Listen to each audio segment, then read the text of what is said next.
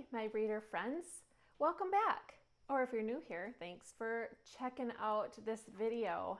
I have been talking about the books that I've been reading over the summer. It is 2025. We go back to school this week on Tuesday. Right now it's Sunday and we go back to school on Tuesday, and I was hoping to get these videos out. I have one more after this one of the books that I have read. I have six books today, and I have 6 more to go. So let's just get into it. Let me introduce myself. I am Rhonda Morrison. I am Mrs. Morrison to 3rd, 4th, and 5th graders at our elementary school here in Michigan, and I am excited to go back to school to see my students again. However, we have been waiting for an approval for a portable classroom that we're going to put the library in, because our school is growing and we needed the extra classroom for the new 5th grade classroom. This is my 6th year at the school that I'm at as the librarian, and since I've started, we've added a 3rd grade. So the next year, of course, we had to have the 4th grade classroom, and then we had, this year was the 5th grade classroom that we had to add. So they booted me out of my room so they could make that a 5th grade class. I'm really excited to see it. I haven't been into the school yet. They all went back last week, but I had nothing to do, so I went on vacation to Mackinac Island because my daughter's working there, and I was excited to see her. She has been a little ill, so I helped nurse her back to health, and we spent couple nights, about 2 nights in a bed and breakfast together, so that was fun. And we had a girls' night. It was really fun. Walked around the island. It was fun. Yeah, so I missed last week, so we have a couple new teachers. I haven't met them yet, and I haven't seen their classrooms yet. So I'm excited to go back tomorrow to meet them. And so it's going to be an adventure for me starting out the school year as a librarian with no library. So yeah, so it'll be a couple weeks before that portable gets in and it gets all set up, and then all of my poor library books will not get read for a little while. They're all in boxes. I worked really hard at the end of last school year boxing everything up, so I am really excited to get back and to see what this school year brings. I've done a lot of reading over the summer, and with the intention of knowing what our students are reading, what they're wanting, and how I can help them find something that I think that they would like. At the beginning of the summer, I did go to the Scholastic open house. I know I've mentioned that in some of my other videos, and I have hit up some used bookstores.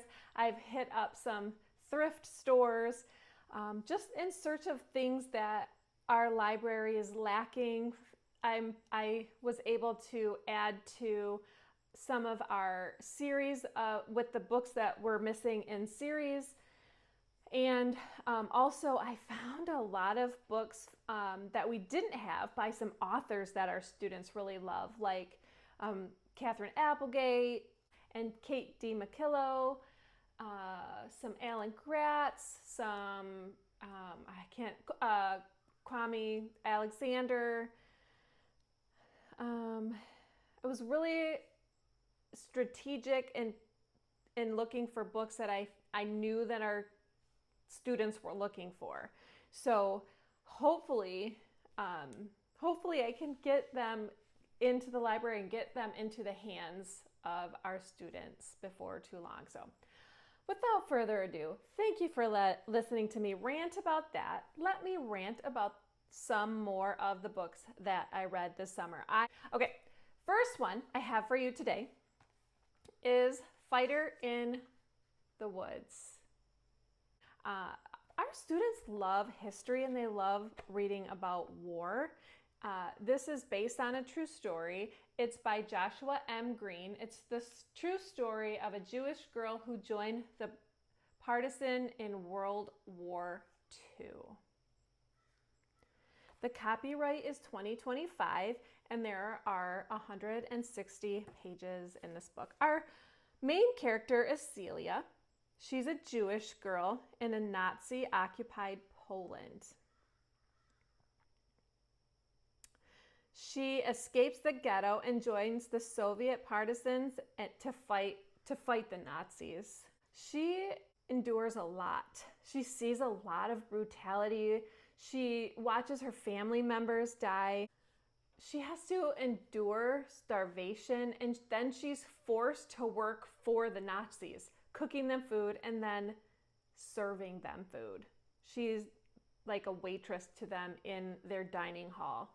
So she is able to escape, but not without a lot of brutality. She is beaten up. She is thrown in prison. She is starved to near death. Once she escapes, she is able to join the missions to destroy enemy weapons. This is the true story of Celia, let me get her last name right, Celia Simmer, with a C, C-I-M-M-E-R. This is, the genre for this book is a historical fiction. Next book I have is by Jason Reynolds. It's Sunny.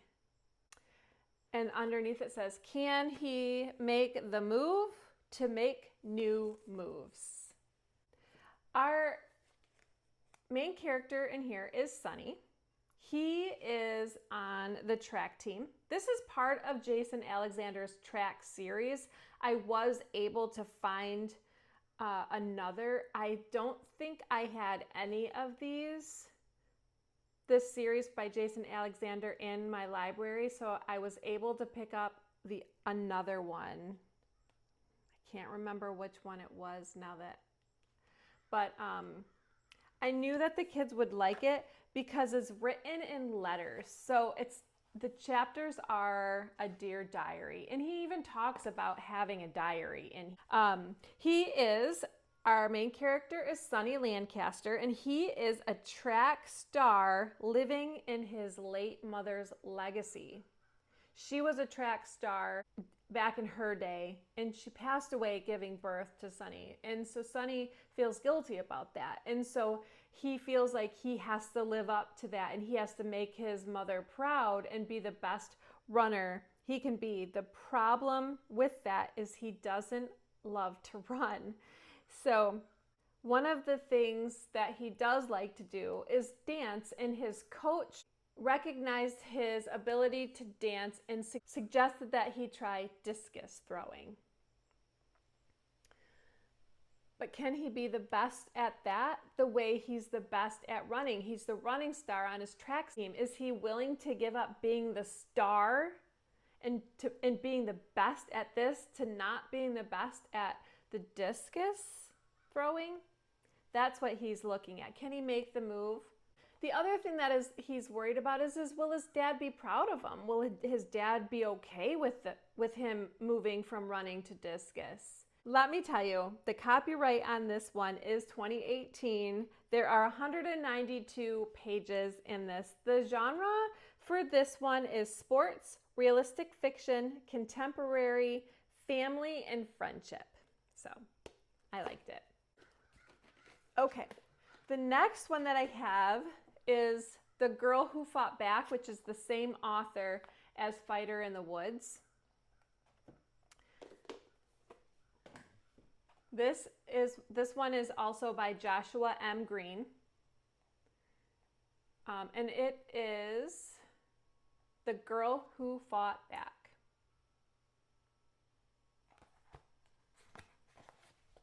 This one, the copyright of this one, the copyright of this one is 2024, and there are 132 pages. Our main character is Vladka Mead. She's a Holocaust survivor. The setting is Warsaw Ghetto during World War II. She risked her life by getting into a position where she was passing as a non-Jewish. So she was smuggling messages and weapons across the wall between the Nazis and the ghetto, basically posing as a German, going back and forth, smuggling messages and weapons to prepare them for the uprising that they were planning. Highly dangerous. Man, what brave heroes we have to look up to in our world. This is based on a true story. There is a Lifetime movie, however, I did not watch it, which I do want to, and I did put on my thing, don't share until I check the movie out. But the movie is called Girl Fight, and I think it was filmed in 2011. I don't know how closely it follows the story, but I do want to watch this. I should keep this out so I remember. The genres for this one are history, Holocaust, nonfiction, and World War II. So I'm going to keep this right here. Okay, the next one that I have kind of comes with a funny story. On my Goodreads, I have a to be read list, and this one is on there.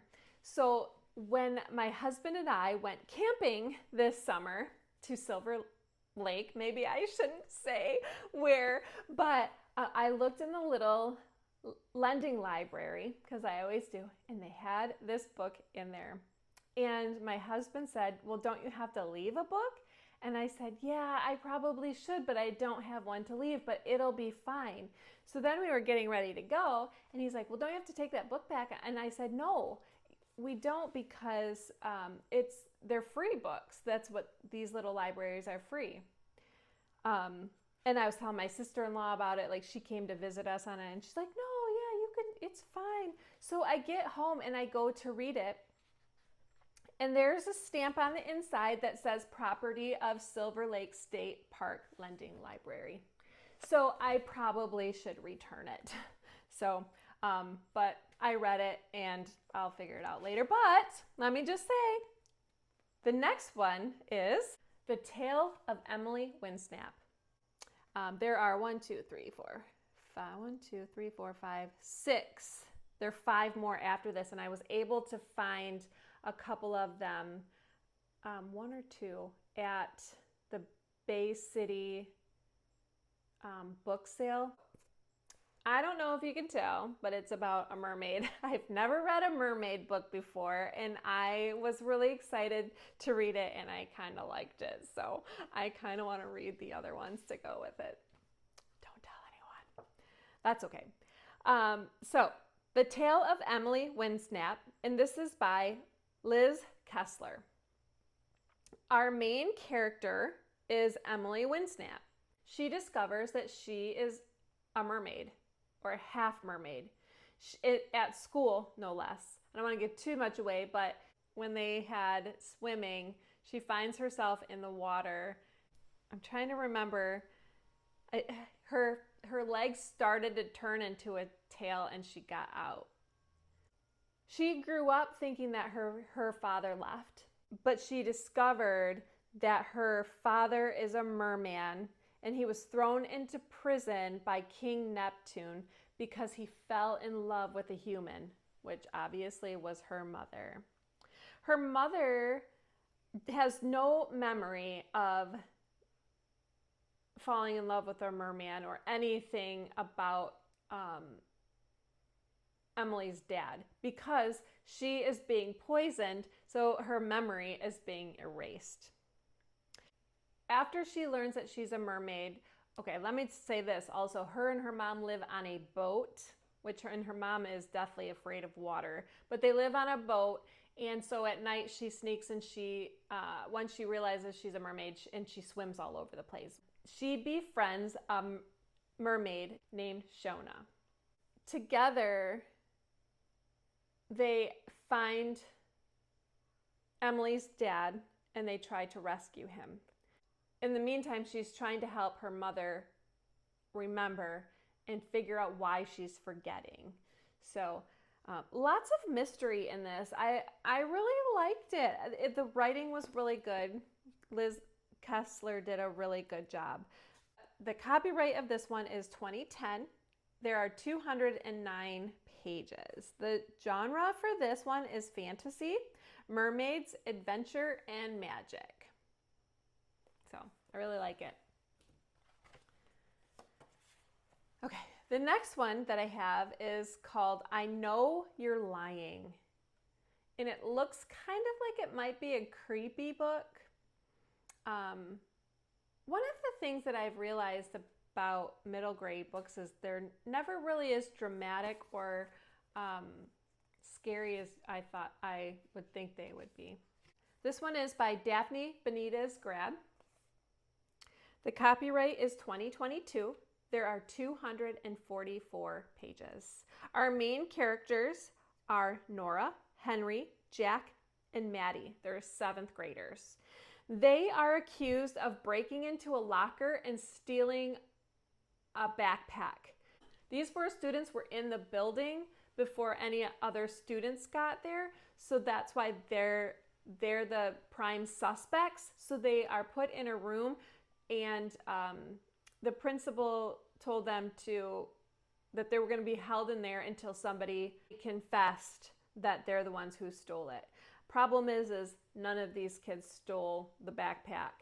The backpack that's missing is Sasha's backpack is missing, and she's a mean girl. She's so mean. She manipulates. Nobody really likes her, which sometimes that's why mean girls are mean, because nobody likes them, and she has a hard life at home. So they never do become friends at the end of the book, but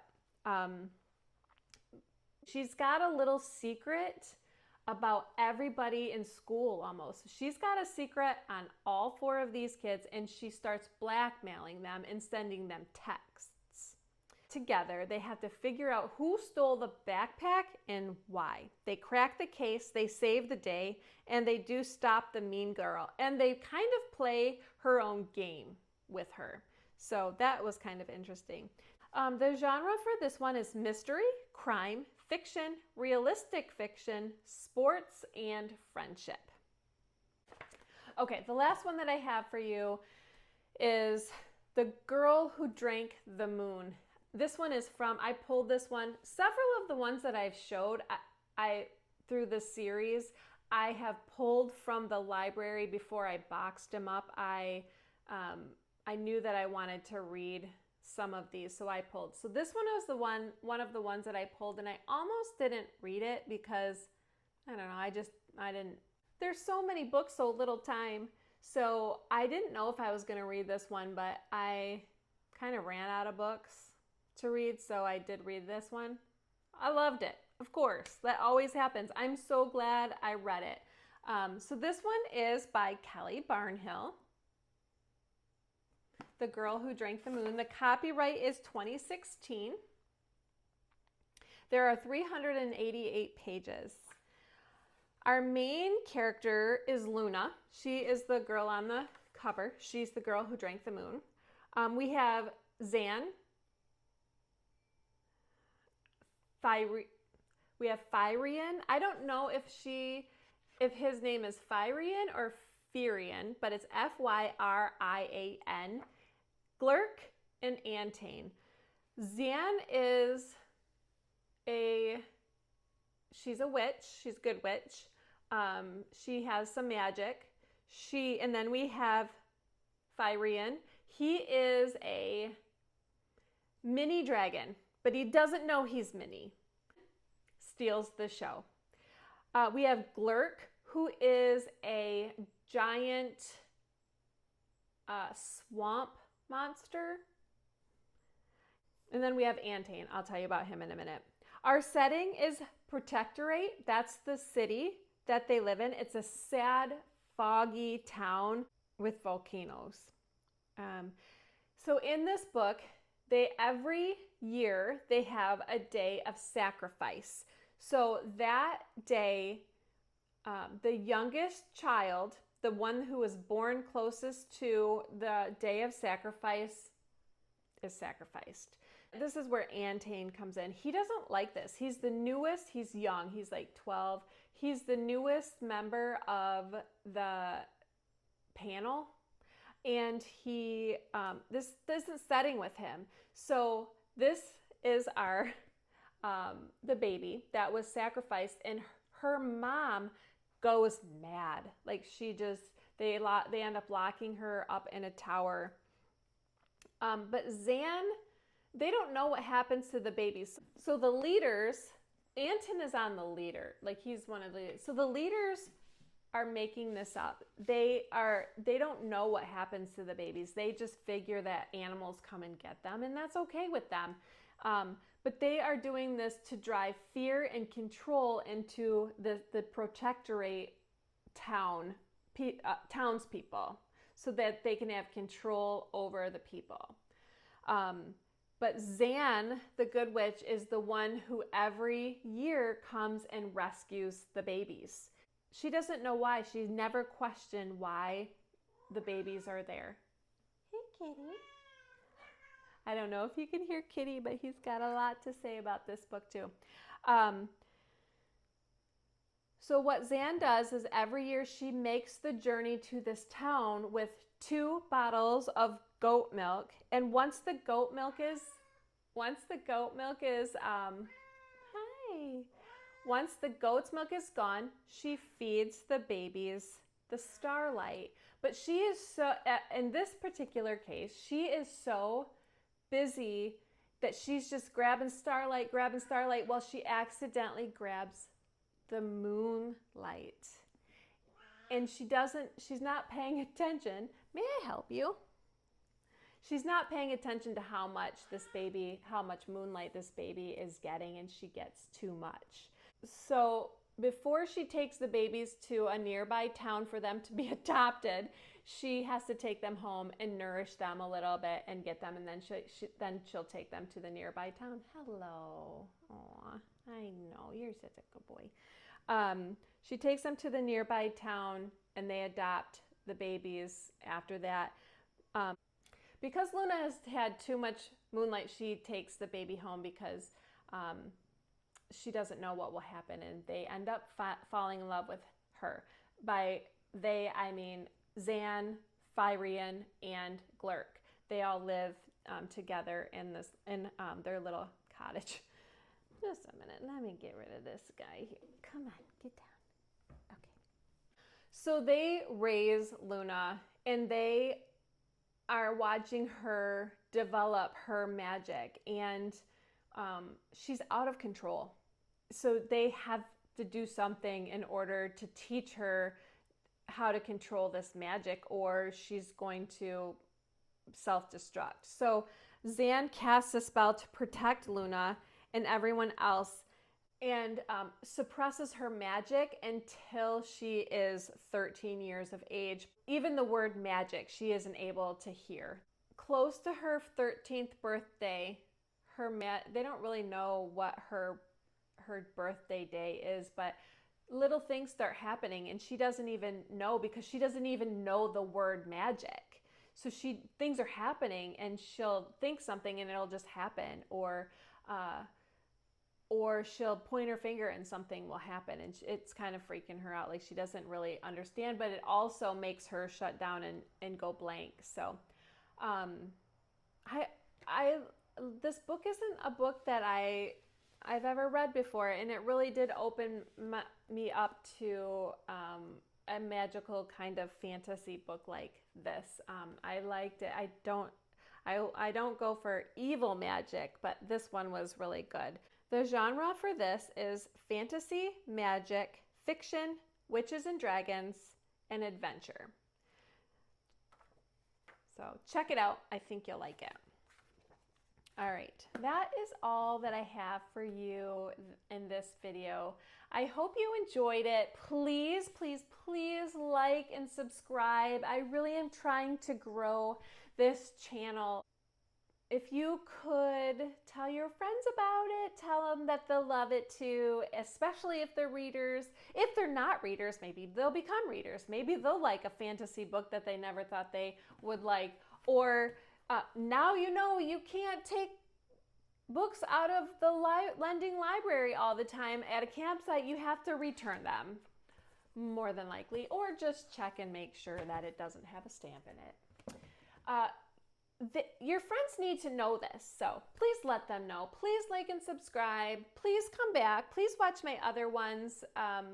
Please help me grow this little town. My plan is to, moving forward, I had a big plan moving forward, but that'll be on hold until my library is set up. Thanks again for joining me today. Come back, please, and I will see you then. Until then, keep reading and let me know what you're reading. See you later.